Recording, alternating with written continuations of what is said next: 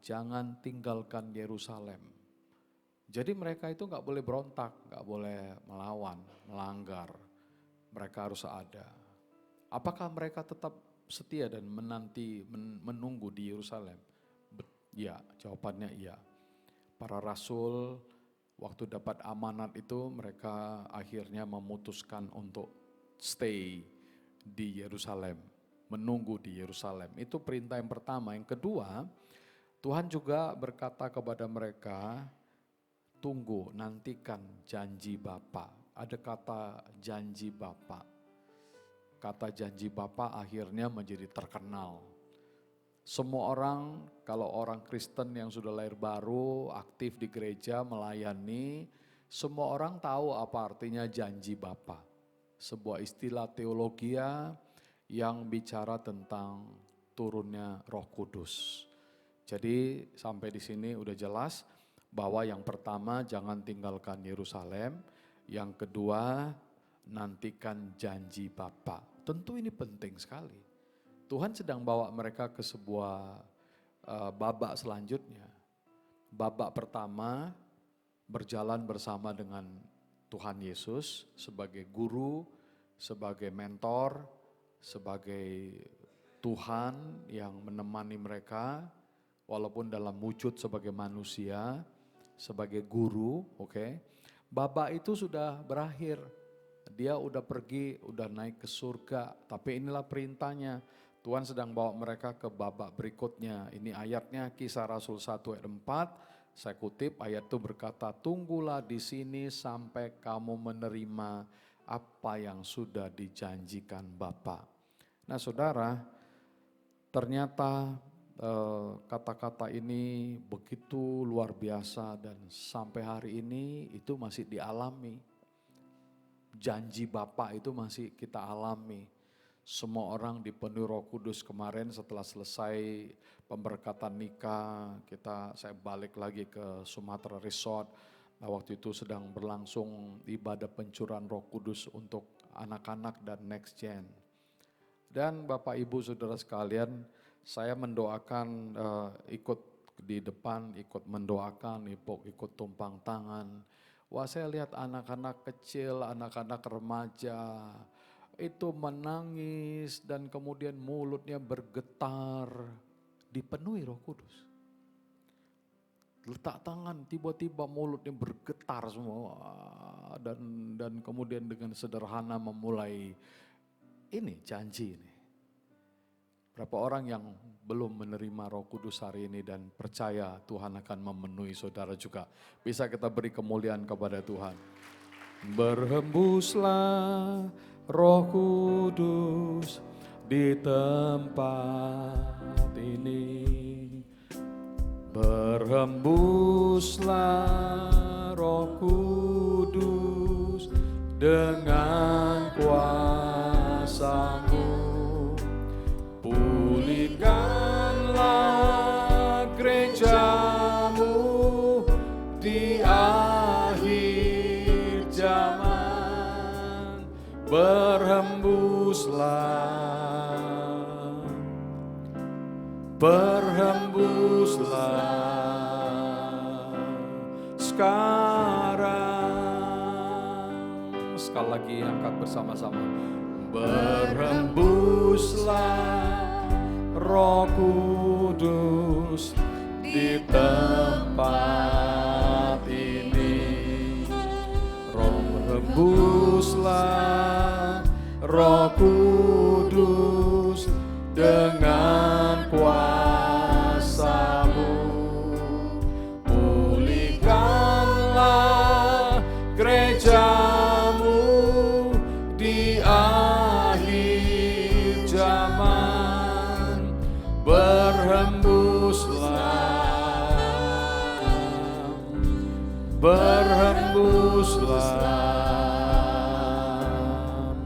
sekarang. Urapilah kami dengan minyak baru, penuhilah kami akan hadirat-Mu, kami rindu Tuhan, melihat kuasa-Mu dicurahkan di tempat ini. Mari kita lanjutkan, kita dengar khotbah ini. Saudara-saudara, kemudian setelah Tuhan memberikan perintah ini, maka kita harus mengerti kenapa, ada apa rupanya kita nunggu di Yerusalem, menantikan janji Bapa. Simple, jawaban yang paling sederhana adalah Tuhan ingin kita itu sebenarnya untuk naik ke tingkat berikutnya, ke level berikutnya. Dia gak ingin murid-muridnya stay dalam keadaan yang sama. Tidak berubah, tidak ada perubahan naik, tidak ada ke tahap berikutnya. Itu makanya Tuhan bilang, kalian tunggu. Setelah kalian nanti dipenuhi oleh janji Bapa, maka kalian akan naik tingkat berikutnya. Nah saudara, ini yang terjadi. Tuhan mau sampai hari ini juga kita itu naik ke level berikutnya. Tuhan gak mau kita stagnan. Tuhan gak mau kita tetap seperti biasa. Tuhan tidak mau kita, apalagi namanya kita ketinggalan, kita tertinggal. Tetapi Tuhan mau kita bertumbuh, Tuhan mau kita berbuah, Tuhan mau kita berlipat ganda, Tuhan mau kita bermultiplikasi, Tuhan mau kita naik ke tingkat berikutnya. Bisa katakan amin saudara. Tidak peduli siapa orangnya, tidak peduli apakah Anda masih muda atau Anda udah orang tua. No problem, Tuhan bisa pakai Anda, Tuhan bisa penuhi kamu dengan karunia-karunia yang hebat. Dan Tuhan akan mengangkat Anda ke next level, bisa beri kemuliaan kepada Tuhan. Saudara, bagaimana Tuhan mendesain hidup kita? Mari kita lihat next slide. Anda lihat bahwa kekristenan itu didesain, ya, dirancang, dibentuk sedemikian rupa supaya kita menghasilkan buah. Apakah kita berbuah? Supaya kita menghasilkan buah, supaya kehidupan kita itu berbuah lebat dan tetap, saudara. Nah kita kembali next, kita lihat kepada murid-muridnya selama 3,5 tahun, para murid itu sama-sama dengan Tuhan Yesus Kristus. Sejak mereka dipanggil dari hari pertama sampai Tuhan Yesus berangkat ke surga, lebih kurang 3,5 tahun, mereka itu bersama-sama dengan Tuhan Yesus. Mereka mendapat banyak pengetahuan, mereka banyak pengajaran, mereka lihat bagaimana Tuhan mengadakan mujizat, Tuhan mengasah hidup mereka, mengoreksi mereka, membentuk karakter mereka, terus menerus, dan itu berjalan terus saudara sampai dia naik ke surga. Dan sebenarnya kurang apa murid-murid itu? Kalau bilang dekat dengan Tuhan, tiap hari mereka bersama dengan Tuhan. Ya, pengalaman pengajaran Tuhan, oh mereka tahu semua. Anda lihat saudara, dan kalau kita bicara pelayanan, sebenarnya para murid ini, para rasul adalah orang-orang yang paling siap untuk terjun dalam pelayanan. Ngerti ya? Paling siap daripada siapapun yang lain. Karena mereka 3,5 tahun jalan sama Tuhan. Makan, minum, mereka hidup bersama.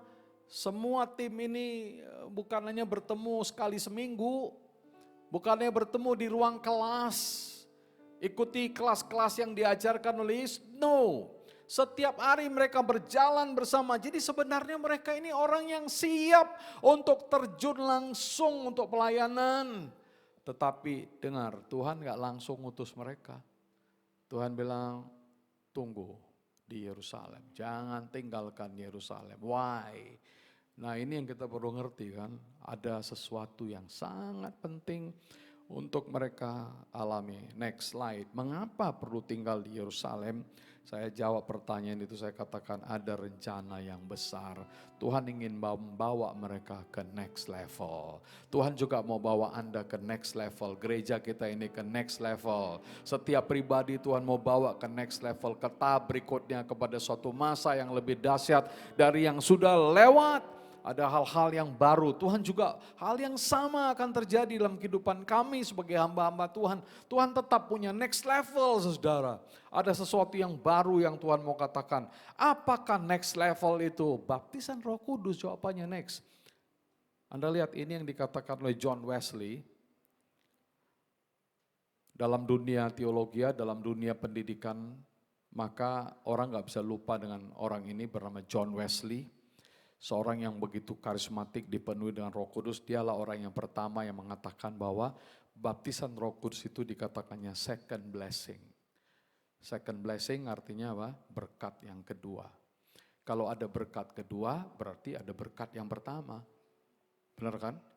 Yang mana berkat pertama? Next, saya jelaskan saudara. Berkat yang pertama adalah sewaktu kita ini menerima anugerah keselamatan. Waktu saudara pertama kali terima Yesus, waktu saudara bertobat, saudara mengalami lahir baru, saudara dibaptis, saudara mulai ke gereja, saudara mulai mengikuti kelas-kelas pemuritan. Ini semuanya bicara soal level 1 itu, first blessing tadi. Oke? Yaitu setelah kita mengalami pembenaran, kemudian pengudusan. Next itu yang dibilang second blessing, yaitu baptisan Roh Kudus. Dan akhirnya istilah second blessing ini sangat terkenal di kalangan Injili dan Pentakosta. Mari kita lanjutkan lagi. Bapak Ibu Saudara-saudara sekalian, next.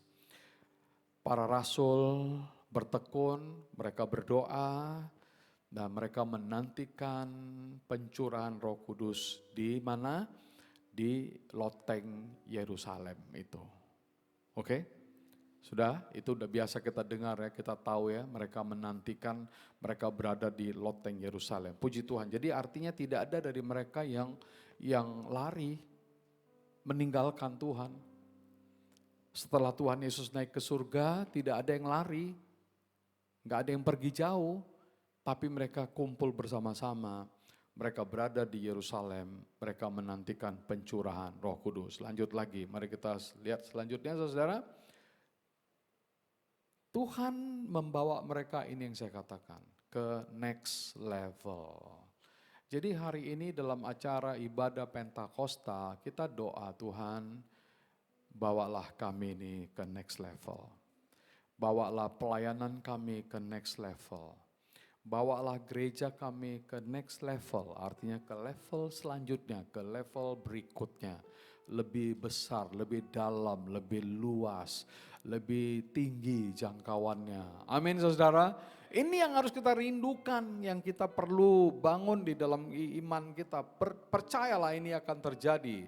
Next, apa artinya ke next level? Nah mulai dari sini saya akan berbicara 3 hal dan saya tutup.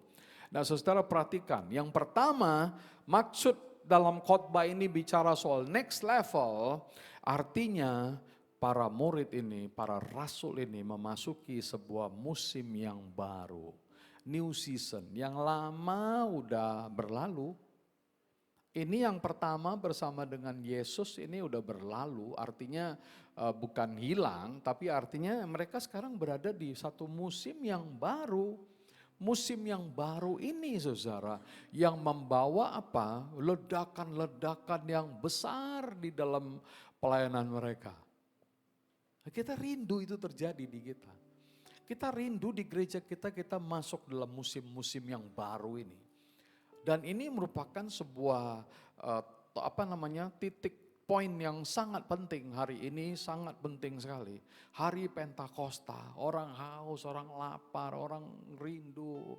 Wah saya lihat baik ibadah, saya lihat banyak sekali ibadah-ibadah melalui YouTube. Wah ngeri saudara. Bagaimana orang begitu roh yang menyala-nyala. Kita sedang masuk kepada new season, musim yang baru. Percayalah kita semua pasti akan masuk dalam musim yang baru. Bisa kita beri kemuliaan kepada Tuhan. Musim yang baru. Para rasul bersama dengan Kristus secara fisik 3,5 tahun. Mereka telah menyaksikan berbagai mujizat-mujizat yang Tuhan lakukan. Orang lumpuh berjalan, orang buta melihat. Ya badai angin ribut bisa diredakan, orang mati bangkit. Saudara begitu banyak yang terjadi di dalam masa pelayanan para rasul bersama dengan muridnya. Tapi ada satu lagi yang Tuhan bicara, tunggu kamu akan terima. kalian akan masuk kepada level berikutnya. Kalian akan masuk ke dalam musim yang baru, new season. Apa itu next? Anda lihat lagi saudara, musim itu adalah musim yang namanya adalah kita menerima kuasa pada waktu Roh Kudus turun atas kehidupan kita. Itu yang terjadi di Yerusalem. Kisah Para Rasul pasal 2 ayat 1 sampai ayat yang ketiga. Ini bicara soal itu saudara. Lanjut lagi. Nah perhatikan, ini sekarang adalah musim yang baru buat kita. Kita harus bertumbuh, kita harus berkembang, kita harus semakin maju, kita harus semakin naik ke tingkat berikutnya. Oh kita nggak boleh slow down saudara. Kita nggak boleh jadi melemah, kita nggak boleh merasa udah cukup, ini status quo, ini udah enough ya.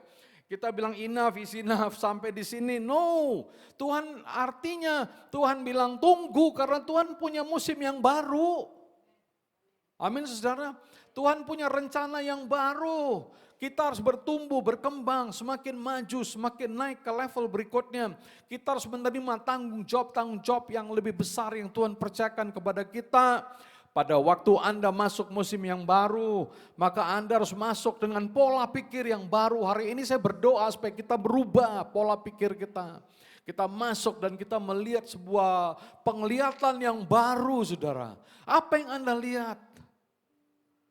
Tentang dirimu, tentang anakmu, apa yang Anda lihat? Tentang gerejamu, tentang hotel Pelangi, GBI yang kita kasih ini. Apa yang kita lihat? Apakah Anda melihat ini orang akan ramai datang kemari dan banyak yang bertobat lahir baru di sini. Mari kita doa dengan paradigma pola pikir yang baru, yang lama udah berlalu saudara. Kita tidak lagi melihat kepada yang sudah lalu, mari kita melihat ke depan. Kita harus melakukan hal yang baru, pola pikir yang baru, semangat yang baru seperti yang Tuhan perintahkan kepada kita. Dan itu jangan diremehkan. Itu bisa terjadi. Kapankah itu terjadi saudara-saudara? Dalam kehidupan rasul, para rasul, kapan itu terjadi? Setelah mereka berkumpul di loteng Yerusalem, itu babak baru sudah. Tegas tuh. Anda lihat mulai dari kisah para rasul ke atas tuh. Di situ lahir gereja baru, gereja pertama, gereja perdana, gereja mula-mula. Di situ akhirnya Injil diberitakan sampai kepada bangsa-bangsa. Injil masuk ke Asia Minor. Injil berkembang di mana-mana, nggak bisa dibendung lagi, saudara. Itu terjadi kapan? Setelah itu, setelah next level itu, setelah mereka dipenuhi dengan Roh Kudus. Jadi saudara next please. Anda lihat saudara dalam Kisah 1:13-14. Setelah mereka tiba di kota, naiklah mereka ke ruang atas. Ini yang dibilang ruang atas yang terkenal dengan nama upper room. Dalam bahasa Inggris terkenal dengan istilah upper room. Ruang atas. Oke? Mereka kumpul di upper room, di ruang atas tempat mereka menumpang. Siapa mereka? Mereka adalah Petrus, Yohanes, Yakobus, Andreas, Filipus, Thomas, Bartolomeus, Matius, Yakobus bin Alfeus, Simon orang Zelot, Yudas bin Yakobus, semuanya naik ke atas. Gak ada satu orang pun yang mundur dan melarikan diri saudara.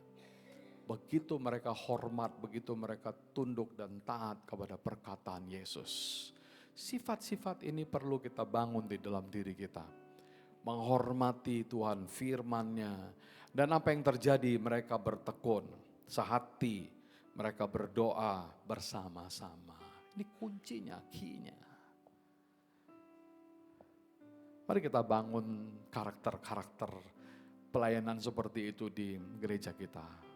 Yaitu kita tekun, kita sehati, unity, kita selalu dalam doa bersama. Bahkan disinggung, bahkan beberapa perempuan serta Maria ibu Yesus dan saudara-saudaranya Yesus itu berkumpul tanpa kecuali. Gak ada dari antara mereka merasa kau lebih hebat, kamu aja lah gitu. Nah, gak ada dari mereka merasa saya ini yang paling kecil, paling lemah, paling gak ada apa-apanya. Udahlah kalian aja lah, enggak.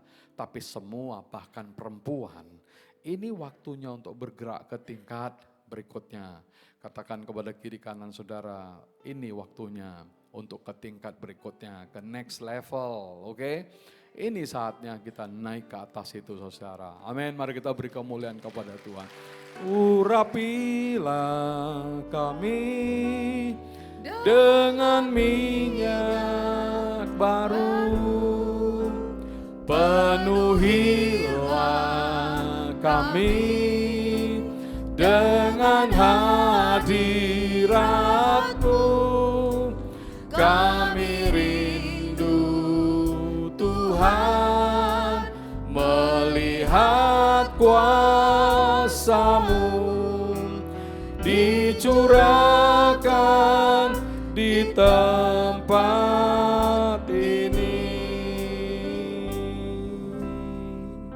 Mari kita lanjutkan saudara, kita lihat apa lagi yang saya mau sampaikan. Ada satu cerita yang saya baca yang sangat indah sekali. Ini berbicara tentang seorang pemimpin orkestra yang siap bertanding bersama dengan tim musiknya. Mereka itu ikuti kompetisi internasional dan akan siap bertanding. Jadi ini mereka lakukan GR, sedang GR mereka ini. GR, dalam GR orkestra memainkan lengkap semua alat musik dan paduan suaranya. Drumnya sudah berbunyi, alat-alat tiupnya sudah main, keyboardnya, semua lengkap sudah saudara. Tapi dalam suasana yang begitu begitu luar biasa, GR nih kan, begitu luar biasa dan pemimpin orkestra itu memimpin paduan suara musiknya, orkestranya dengan begitu dahsyat. Tapi tiba-tiba dia bilang apa? Berhenti, hentikan dulu katanya begitu. Terkejut semua pemainnya. Kenapa? Sang pemimpin maestro ini, orkestra ini, tahu ada satu orang yang tidak main saudara. Rupanya benar, pemainnya ini adalah pemain, ada satu alat musik, ya mungkin para pemain musik tahu, alat musik tiup yang namanya piccolo. Piccolo itu bahasa Itali. Alat musik ini adalah alat musik tiup, kayak seruling kecil gitu. Jadi waktu orkestra, peniup piccolo ini, dalam hatinya dia bilang gini, gak ada artinya ini aku punya alat musik ini. Ya, tenggelam ditimpa oleh drum, tenggelam oleh alat-alat musik yang begitu dahsyat yang bermain. Ini ada artinya ini apa yang aku pegang nih.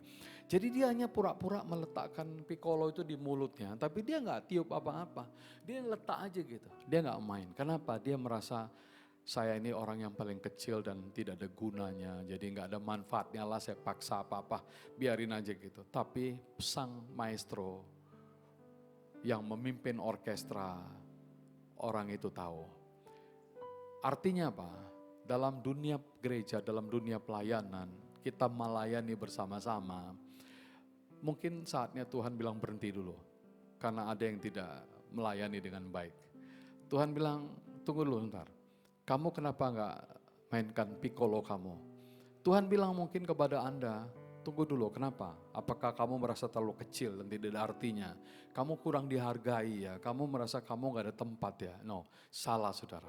Yesus sang maestro, Yesus sang pemimpin orkestra, dia berkata berhenti dulu.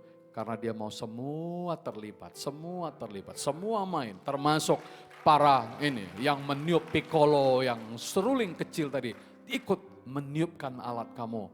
Itulah saudara, sama dengan para murid, gak ada yang mundur saudara. Gak ada yang tarik diri meninggalkan arena pelayanan. Tapi semua mereka terjun dalam pelayanan satu persatu. Next, saya bicara poin yang kedua sekarang. Next level, musim yang baru. Yang kedua yang saya bicara, next level musim yang baru itu adalah musim ini. Kita dibaptis, kita dipenuhi dengan Roh Kudus, kita menerima karunia-karunia. Ini yang sedang kita bicarakan sepanjang bulan ini, karunia-karunia. The gifts of the Holy Spirit. Tuhan mau kita itu dipenuhi. Para murid tidak hanya dibaptis dengan Roh Kudus lalu dipenuhi dengan Roh Kudus, tapi mereka juga dipenuhi dengan roh hikmat. Mari kita lanjutkan lagi saudara, next. Rasul Paulus nantiasa mengajarkan kepada semua orang percaya untuk menerima Roh Kudus, dipenuhi dengan Roh Kudus, bergerak dalam karunia-karunia Roh Kudus. Apa karunia Anda? Saya percaya dalam beberapa minggu ini kita banyak dengar khotbah tentang karunia. Ada begitu banyak karunia yang dibicarakan, Formula 5, 7, 9. Oke? Anda udah tahu itu semua. Apa karunia kita? Apakah kita serius? Apakah kita mengembangkannya? Apakah kita melakukannya? Atau kita seperti pemain piccolo yang pegang alatnya di mulutnya tapi tidak meniupkan apa-apa. Ayo saudara, apa karuniamu? Biarlah Tuhan tolong kita hari ini. Roh Kudus tidak pernah berhenti bergerak, Roh Kudus senantiasa bekerja, Roh Kudus senantiasa bergerak. Roh Kudus itu digambarkan seperti aliran sungai. Next, Anda lihat lagi saudara, ada 2 rooms yang dibicarakan.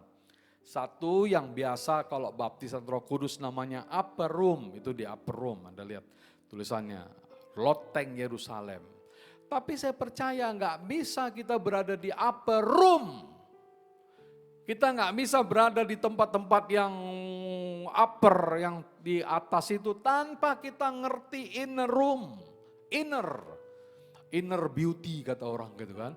Artinya kecantikan dari dalam itu, inner beauty ya. Ini inner room. Kita bisa berkumpul. Tetapi saya berdoa supaya kita inner room kita, dalam kita, manusia batin kita ikut bergerak bersama dan ikut menyambut Tuhan, respons kepada Tuhan. Kita tidak hanya jadi penonton, kita tidak hanya melihat orang lain, tapi dalam hati kita, dalam batin kita. Jadi kita memang perlu dua-dua ini, ada inner room, ada upper room, saudara-saudara. Kita ada di gereja, tapi saya percaya setiap kita, walaupun kita berkumpul bersama seperti ini, kita ibadah ramai bersama-sama, tapi saya percaya dalam hati kita banyak doa-doa kecil yang kita panjatkan kepada Tuhan. Itu inner room saudara, amin saudara. Dan khotbah-khotbah yang di mimbar ini bukan pidato saudara. Kalau pidato lain, kalau khotbah dia bersifat profetik. Jadi kadang-kadang khotbah itu saya yakin ya, khotbah itu bisa menjadi nubuatan. Amin saudara. Dia bernubuat, pendeta bernubuat, hamba Tuhan bernubuat. Walaupun dia mungkin berkhotbah, tapi sebenarnya nubuat. Hari ini mungkin ada sesuatu yang Tuhan sedang bicara di dalam hati saudara. Menguatkan kembali, menghidupkan kembali, membangun kita kembali. Bukan hanya membangun kebersamaan di upper room, tetapi juga membangun inner room manusia batin kita. Kita terbuka, kita sensitif, kita mengerti apa yang Tuhan mau dalam kehidupan kita. Dan para rasul mengalami itu. Ini nggak bisa dipisahkan saudara. Saya khotbah, saya melayani, saya berdoa bersama, saya sibuk dengan urusan-urusan gereja, banyak orang yang macam-macam. Tapi saya punya kamar saya sendiri. Saya punya ruang doa saya sendiri. Saya punya tempat saya sendiri yang bersekutu dengan Tuhan. Saya punya tempat di mana saya buka Alkitab dan saya membaca, itu inner room saya. Inner room saya yang berada di upper room saya saudara. Ngerti ya? Itu inner room. Saya percaya kita semuanya punya inner room. Saya percaya saudara Tuhan bicara. Ada berita-berita yang profetik yang saudara sedang dengar pada hari ini. Dan di inner room ini ada banyak hal yang terjadi. Next please, Anda lihat lagi saudara. Yesus berkata dalam Yohanes 16 ayat 7-11, adalah lebih berguna bagi kamu jika aku pergi. Jauh sebelum dia berangkat, dia ngomong itu saudara. Sebab jikalau aku tidak pergi, penghibur itu dia Roh Kudus. Penghibur. Di sini pakai kata parakletos itu. Parakletos bisa artinya penghibur, penolong, pembela. Penghibur itu tidak akan datang padamu. Jadi Tuhan bilang kalau aku gak pergi, Roh Kudus gak akan datang. Dia gak terkesimak dengan semua yang dia nikmati di dunia ini. Tapi dia bilang aku harus pergi. Ya, ada masa berikutnya, ada musim yang baru, ada level yang baru yang akan terjadi dalam kehidupan kalian semua. Tapi jikalau aku pergi, aku akan mengutus Dia, yaitu Roh Penghibur tadi, Roh Kudus tadi kepadamu. Dan kalau Ia datang, Ia akan menginsafkan dunia. Ini pekerjaan Roh Kudus yang sangat tidak difahami oleh banyak orang. Makanya penting kita doa, karena Dia bekerja. Dia menginsafkan orang, Dia menginsafkan saya, Dia menginsafkan Bapak Ibu, menginsafkan kita semua.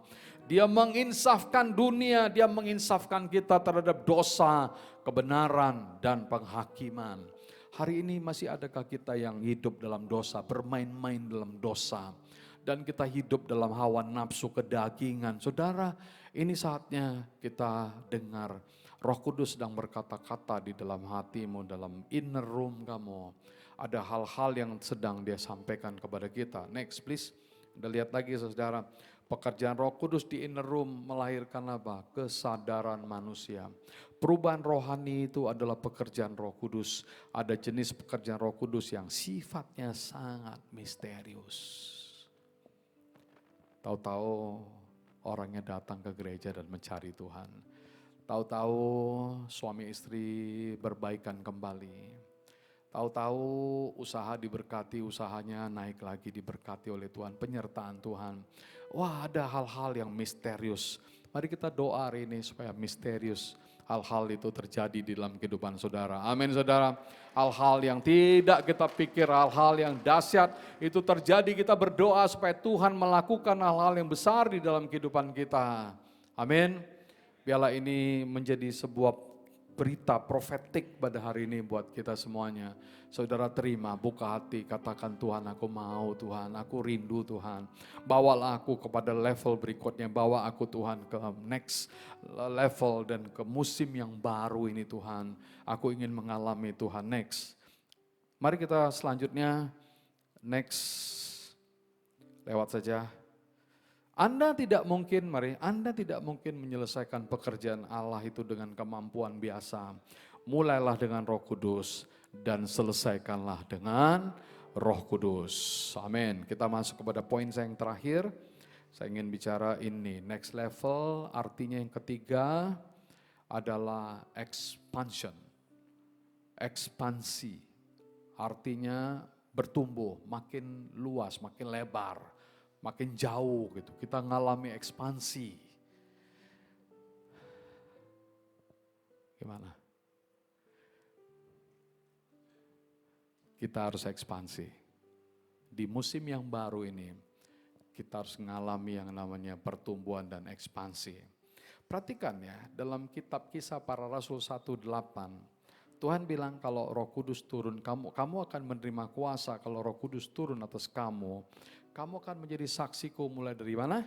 Yerusalem, Yudea, Samaria, sampai ke ujung bumi. Artinya apa saudara? Kita lihat expansion. Oke, baik. Kita lanjut lagi. Silakan tolong ke PowerPoint yang berikutnya. Anda lihat selanjutnya saudara. Tuhan menghendaki kita mengalami pertumbuhan. Saya bolak-balik mengatakan itu. Harus ada perubahan terjadi dalam diri kita. Kita nggak bisa di orang yang sama terus kayak gini. Ya, pada waktu kita dipenuhi Roh Kudus, kita jadi saksi Tuhan. Sebagai seorang saksi Tuhan, maka hidup kita berubah, atmosfer hidup kita, aura hidup kita berubah. Semuanya berubah. Katakan berubah, amin. Kita berubah, saudara. Kita bawa sesuatu yang baru. Kita brand new. Kita menjadi produk yang brand new, baru lagi nih. Para rasul menjadi sesuatu yang baru lagi nih. Ada sebuah pengalaman yang baru yang mereka alami. Mari kita lanjutkan lagi saudara. Sebelum peristiwa Pentakosta, pelayanan murid-murid itu hanya berada di sini. Di Galilea, di Yudea, di Samaria. Tetapi dengar baik. Setelah mereka dipenuhi dengan Roh Kudus, Pelayanan mereka akhirnya sampai ke ujung bumi, sampai kepada bangsa. Itulah dia yang saya maksudkan. Jadi ini nggak main-main saudara. Ini dahsyat. Jadi setiap kita sebenarnya waktu kita dipenuhi Roh Kudus, kita itu dipakai oleh Tuhan. Mulai dari kota Medan, kita mulai bergerak di Sumatera Utara, kita bergerak di provinsi-provinsi lain di Indonesia. Tuhan bawa saudara ke luar, ke bangsa-bangsa. Saudara, saya ngalami itu semua. Saya ngalami itu semua. Mulai dari gereja kecil di kota Medan. Tuhan bawa saya. Sedikit demi sedikit Tuhan bawa saya, saudara. Masuk ke provinsi, masuk ke nasional Indonesia. Masuk lagi ke bangsa-bangsa. Berdiri di hadapan orang-orang asing, saudara. Tuhan bawa. Jadi ini yang terjadi. Para murid, para rasul bergerak sampai ke bangsa-bangsa. Saya berdoa kita akan menjadi gereja yang seperti itu. Mari kita beri kemuliaan kepada Tuhan. Kita akan menjadi gereja yang dahsyat. Next, pada waktu kita diekspansi oleh Tuhan, maka visi kita akan jadi besar, iman kita akan besar, kita akan punya pikiran yang besar, yang lebih besar dan yang belum pernah terfikirkan sebelumnya. Mari kita doa. Kita bukan pemain piccolo yang berpura-pura meniupkan serulingnya, tapi kita benar-benar meniupkan alat musik kita dan kita terjun di dalam pelayanan. Dan biarlah Sang Maestro Yesus Tuhan kita yang memimpin orkestra itu bilang lanjut, bukan berhenti tapi lanjut, ekspansi, lebih jauh, lebih jauh, lebih dalam lagi. Mungkin ada sedikit lagi saya akan close ya. Ya, 1-2 slide lagi next, ini akan closing. Jumlah, perhatikan apa yang terjadi waktu ekspansi. Jumlah orang percaya yang dari 11 jadi 120, dari 120 jadi 3.000, dari 3.000 jadi 5.000, dari 5.000 berkembang terus. Makin ke sana, makin ekspansi, makin naik, makin gak bisa dibendung. Hari ini sudah gak bisa dibendung lagi, sudah. Begitu dahsyatnya pekerjaan Roh Kudus di belahan dunia ini. Dan saya berdoa biarlah dari sini juga api Roh Kudus akan bergerak. Dari GBI Hotel Pelangi, api akan bergerak dan saudara akan dipakai oleh Tuhan. Dan Anda berada di next level hari ini. Mari kita berdiri semuanya yang terakhir, mungkin ada slide saya yang terakhir. Jangan tunggu orang lain bergerak, kita harus bergerak karena Tuhan sedang membawa kita masuk dalam musim yang baru. Tuhan membawa kita naik ke tingkat berikutnya. Haleluya! Tuhan membawa kita ke tingkat yang berikutnya. Amin, saudara. Kita siapkan hati kita akan berdoa bersama. Tuhan, terima kasih Tuhan. Hamba berdoa biarlah firman-Mu yang kami dengar pada hari ini menjadi rema. Tangkap saudara, tangkap firman ini jadikan rema, baik itu untuk pribadi maupun untuk kita di dalam gereja kita. Tuhan pakai kita bersama-sama. Thank you Jesus, thank you Jesus, thank you Jesus, thank you Jesus.